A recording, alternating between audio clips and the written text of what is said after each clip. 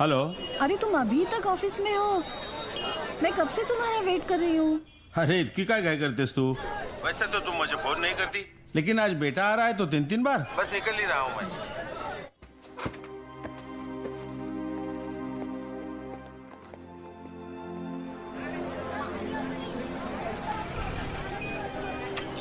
अहो किती वेळ लावला तुम्ही? बरं चल आता। हे घ्या, आपको पता है ना घर में और कितने काम बाकी है। क्यों परेशान हो रही हो? जानता हूँ तुम वीर को बहुत मिस करती हो। अब कुछ दिन यही हमारे पास रहेगा वो।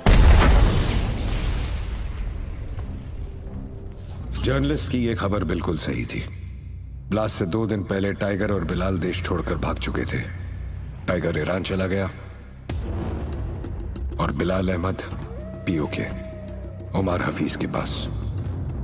उमर हफीज आईएसआई के सारे गैर कानूनी काम करता था और 93 ब्लास्ट के बॉम्बर्स को एक्सप्लोजिव बनाने की ट्रेनिंग भी उमर के जरिए ही दी गई थी।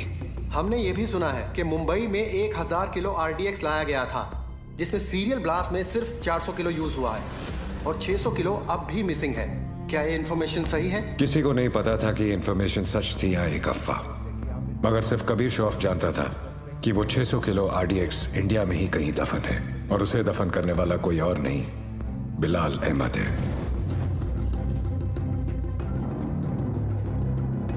बिलाल आज से अब हमारे साथ रहेंगे।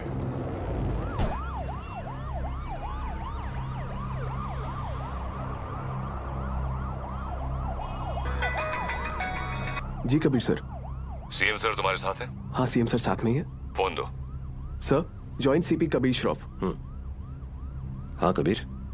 सर 3 घंटे से आपको फोन करने की कोशिश कर रहा हूँ। वो मैं फ्लाइट में था, बोलो क्या काम है? कुछ अर्जेंट बात करनी थी आपसे, अभी मिलने आ सकता हूँ? हाँ actually I am on the way, मैं आ जाता हूँ ATS हेडक्वार्टर्स।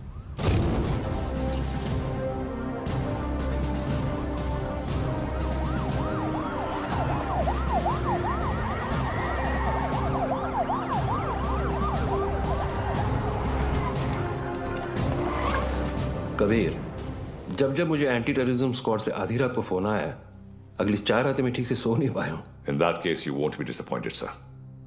रियाज हफीज का पता चल गया है। करीब 15 सालों से ये 40 स्लीपर एजेंट इंडिया में छुप कर रह रहे हैं। इन्वेस्टिगेशन के बाद पता चला कि जो 2 सस्पेक्ट मारे गए वो किसी राजबीर राठौड़ नाम के होटेलियर से मिलने अक्सर जैसलमेर जाया करते थे। This is Rajbir Rathore sir. ये राजबीर राठौड़ और कोई नहीं, लश्कर